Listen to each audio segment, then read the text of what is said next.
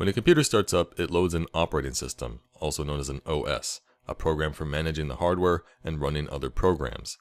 In OS terminology, a running program is called a process, and it is the OS's responsibility to keep the processes from interfering with one another even as they run on the same system at the same time. It's also the OS's job to provide an interface to the hardware for the processes, such that the OS retains all direct control of the hardware devices, with the processes only interacting with the devices via so-called system calls provided by the OS. The OS also provides a file system, which abstracts over the storage devices, such that processes can read and write files without concern for how precisely they get stored. Lastly, the OS provides a user interface for users to run programs and manage the file system. The most widely used operating system for PCs today is, of course, Microsoft's Windows. The most recent version for client PCs is Windows 8, and the variant for servers is Windows Server 2012.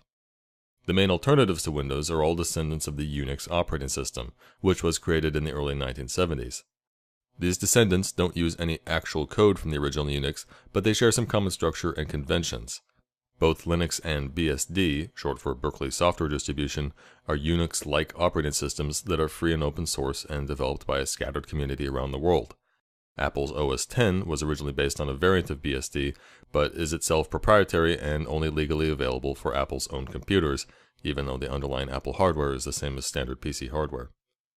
Except when we discuss file systems, all of the information in this unit will be platform agnostic, applicable to both Windows and Unix systems. A device driver is a plug-in module of the OS that handles the management of a particular I/O device. Some standardized devices may function with a generic driver, e.g. a USB mouse may perform all common USB mouse functionality with a driver written for a generic USB mouse. However, many devices require a more specific driver. For example, in my system, using the generic graphics driver provided by Windows only provides bare minimum functionality. To run high resolutions and play games, I must install the driver provided by AMD for my Radeon graphics card. A primary purpose of modern operating systems is to allow for multiple processes to run concurrently, meaning at the same time. The problem, of course, is that each CPU core can only execute the code of one process at a time, and the OS's own code can't run on a core at the same time as any process. The solution then is to have each CPU core alternate between running each open process and alternate running processes with running OS code. So here if we have two CPU cores and three open processes, A, B, and C, notice that each process only runs on one core at a time. At no point does, say, process B run simultaneously on both of the two cores. Also notice that OS code always runs on each core in between each process. What's happening here is that a portion of the OS called the scheduler runs after each process to decide what OS work, if any, should be done and which process should run next. The question then is, how does the currently running process get interrupted? Left on its own, a running process would continue indefinitely.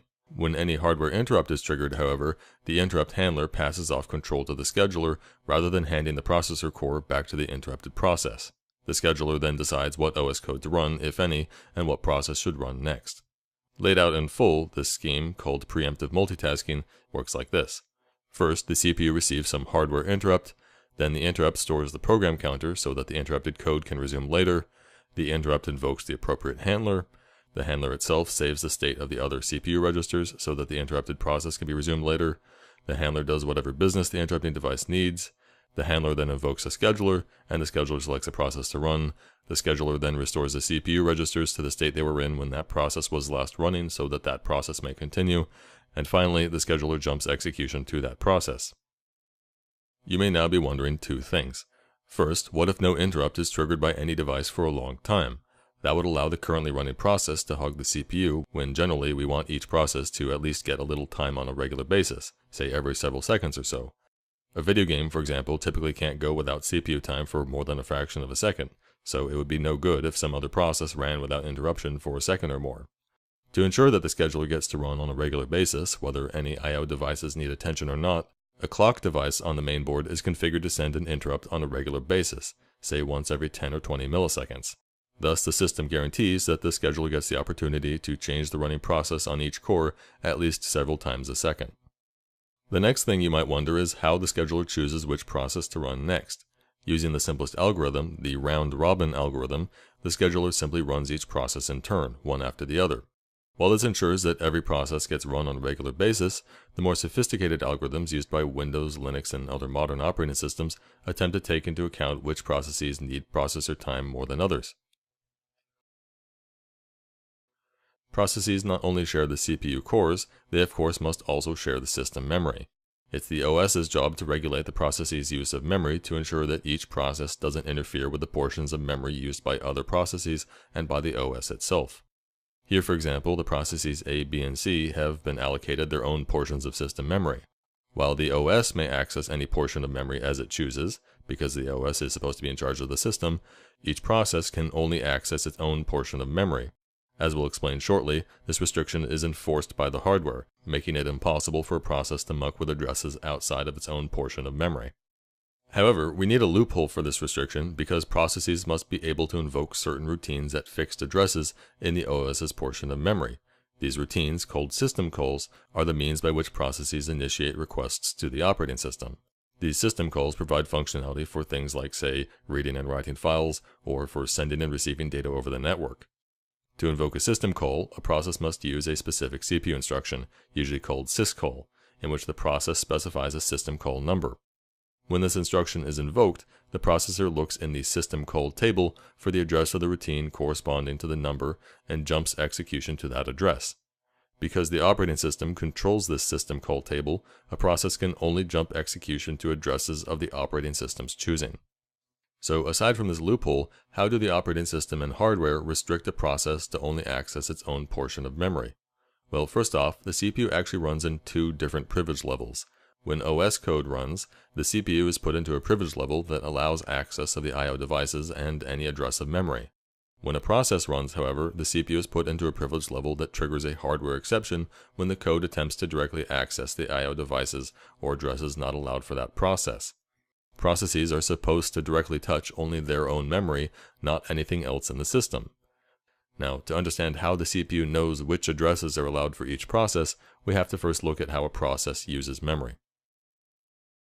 Each process uses a portion of its memory for a stack, for a heap, and for storing the process's code itself, in a section confusingly called the text section, even though the code is in binary form. The code section is straightforward. The binary instructions are stored in a contiguous chunk of memory and never modified for the duration of the process, except for the purpose of dynamic linking with shared libraries, as we describe in the unit on programming languages. The stack and heap, though, are both for storing data. The difference is that the stack stores the local variables used by the process, and the heap stores everything else. Looking at the stack first, the stack is a contiguous chunk of memory that starts out unused. When the first function is called, let's call it main, its local variables are stored on the stack in a grouping called a frame.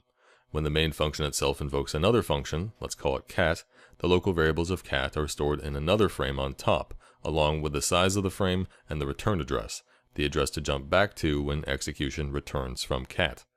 Likewise, if cat calls another function, dog, then dog's local variables, the size of its frame, and the return address to cat are stored in another frame on top. Notice that as we add frames, we have to keep track of the top of the stack, because that's where we add a frame when the next function is called. Many CPUs, including x86 CPUs, have a specific register for storing this address, usually called the stack pointer. When a function returns, the frame size is used to adjust the stack pointer back down to the last frame, and execution jumps back to the return address. So when dog returns, execution returns to cat, and the stack pointer will point to the top of cat's frame. Notice that we don't have to actually delete any frames, because the space a frame occupies will simply get overwritten by subsequent frames as needed. Also notice that the first frame is special because the program ends when the first function returns, so the first frame needn't store its size or any return address, because there's nothing to return to. Now, the diagram here suggests that the stack grows from the bottom, but in many cases the stack frames start at high memory addresses and grow downwards. This in fact is the case with x86 CPUs. This choice, though, is mostly arbitrary. The size of the stack space in some systems is kept track of with another pointer, usually called the stack boundary, kept in another CPU register. In CPUs with this register, when the stack pointer runs past the stack boundary, this triggers a hardware exception, and the exception handler may increase the stack space by moving the stack boundary. However, the exception handler may decide at some point that the stack has grown too large and may simply refuse, and then instead simply terminate the process. Generally, a process's stack should only get so big, a megabyte or two at the high end. When stacks grow past this size, it's generally a sign of an underlying programming error that should be corrected, not accommodated. The most common cause of an overly large stack is an overly long chain of recursive function calls. When a program exceeds its available stack space, the error is called a stack overflow. When a stack overflow occurs on a PC, the OS usually terminates the errant process. In very simple computers, however, such as in embedded systems, the stack size is not necessarily monitored with a stack boundary, and so when a program consumes more stack space than it should, the stack may poke into parts of memory used for other data or code, likely causing unpredictable bugs.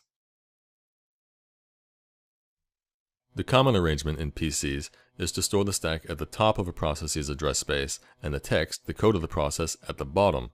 All the remaining space in between is available for the heap. Unlike the stack in text, however, no heap space exists when the process starts executing. Instead, the process must explicitly request chunks of heap storage from the OS with a system call. In the call, the process specifies what size contiguous chunk it wants, but the OS decides where to locate these chunks in the address space, and the chunk locations are not necessarily adjacent. When a process is done with a chunk of heap, it should give the chunk back to the OS with a system call to deallocate.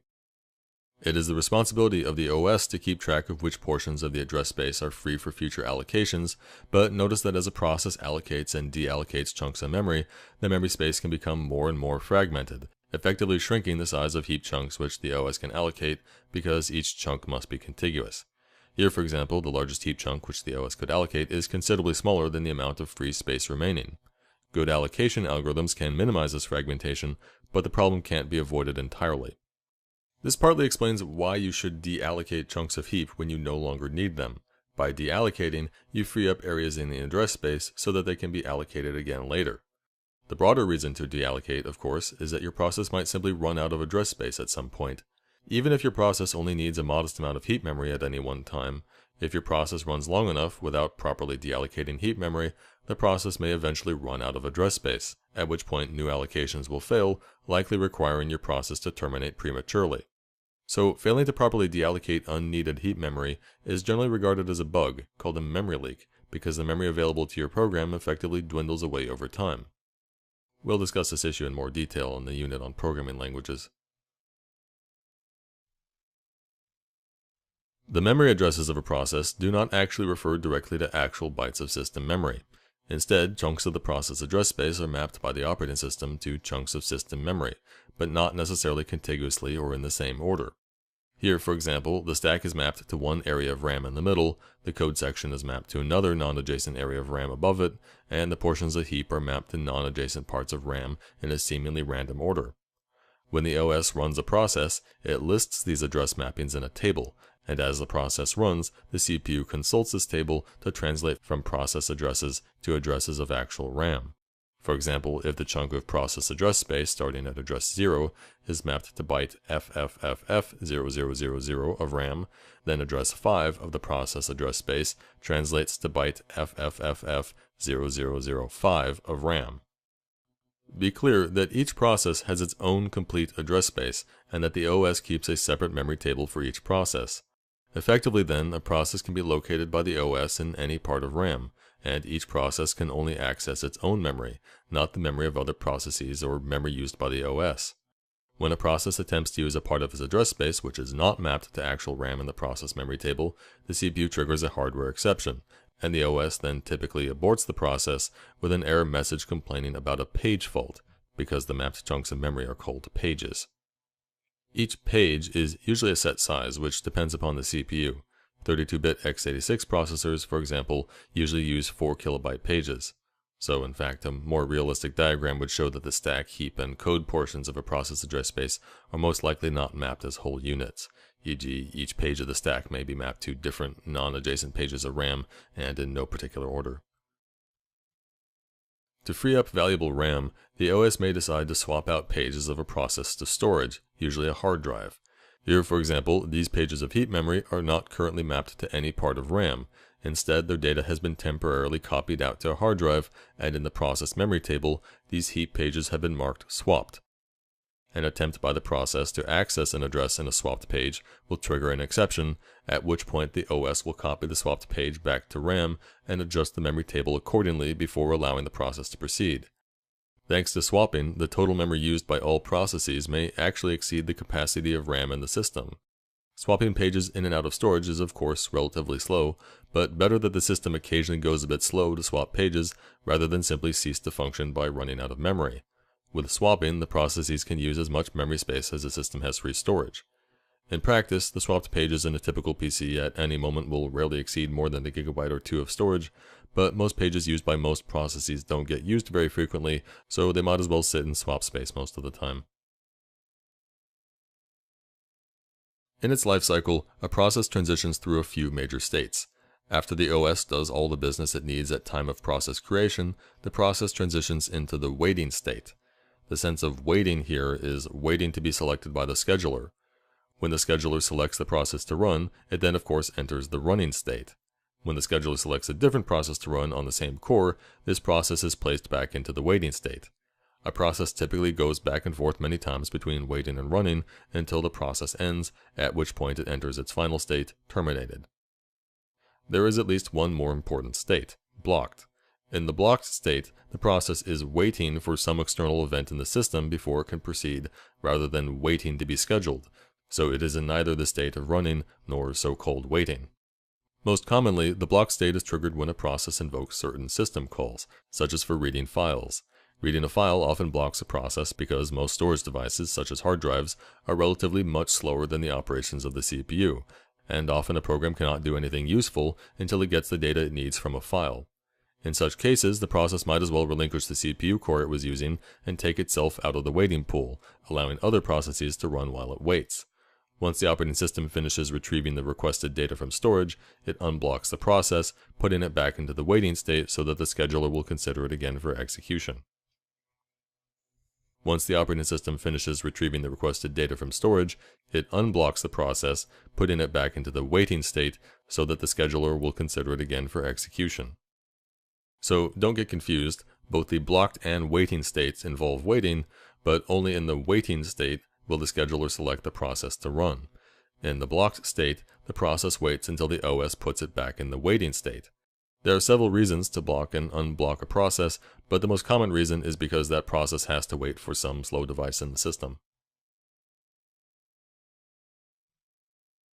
As we've mentioned, device drivers handle the business of how exactly to talk to an I/O device, and that includes storage devices like hard drives.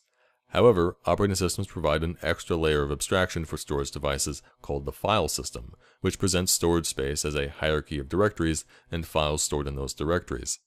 When your program uses a hard drive, for example, you don't want to have to concern yourself with the details of moving heads and spinning platters.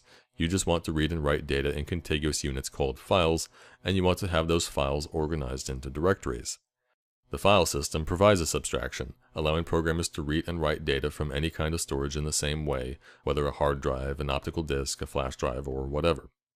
The storage area of each drive is divided into one or more contiguous chunks called partitions. Notice that some areas of a drive may be left blank, unformatted, such as the gap between the second and third partitions of this first hard drive.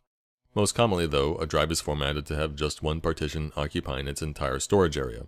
Still, creating multiple partitions serves some niche use cases, such as installing multiple operating systems on a single drive. In most partition formats used today, each file and directory within a partition is known by an identifier number unique within that partition. So here we have a partition with a file 35, and so we can have no other files within that partition with the ID 35, nor any directories with the ID 35. A file is simply a logically contiguous chunk of data, a sequential series of bytes. What these bytes of a file represent is entirely up to the program which writes the file. Notice though I said that a file is logically contiguous. When bytes are read and written by a program, the program sees them as a contiguous sequential series, but a file stored on disk may actually be stored non-contiguously and out of order. It's a responsibility of the file system to ensure that the logical order gets reconstructed when the file data is sent to a program. A directory, quite simply, is a list of files and other directories on the partition. The directory associates ID numbers for files or directories with names which must be unique amongst all other files or directories listed in that same directory.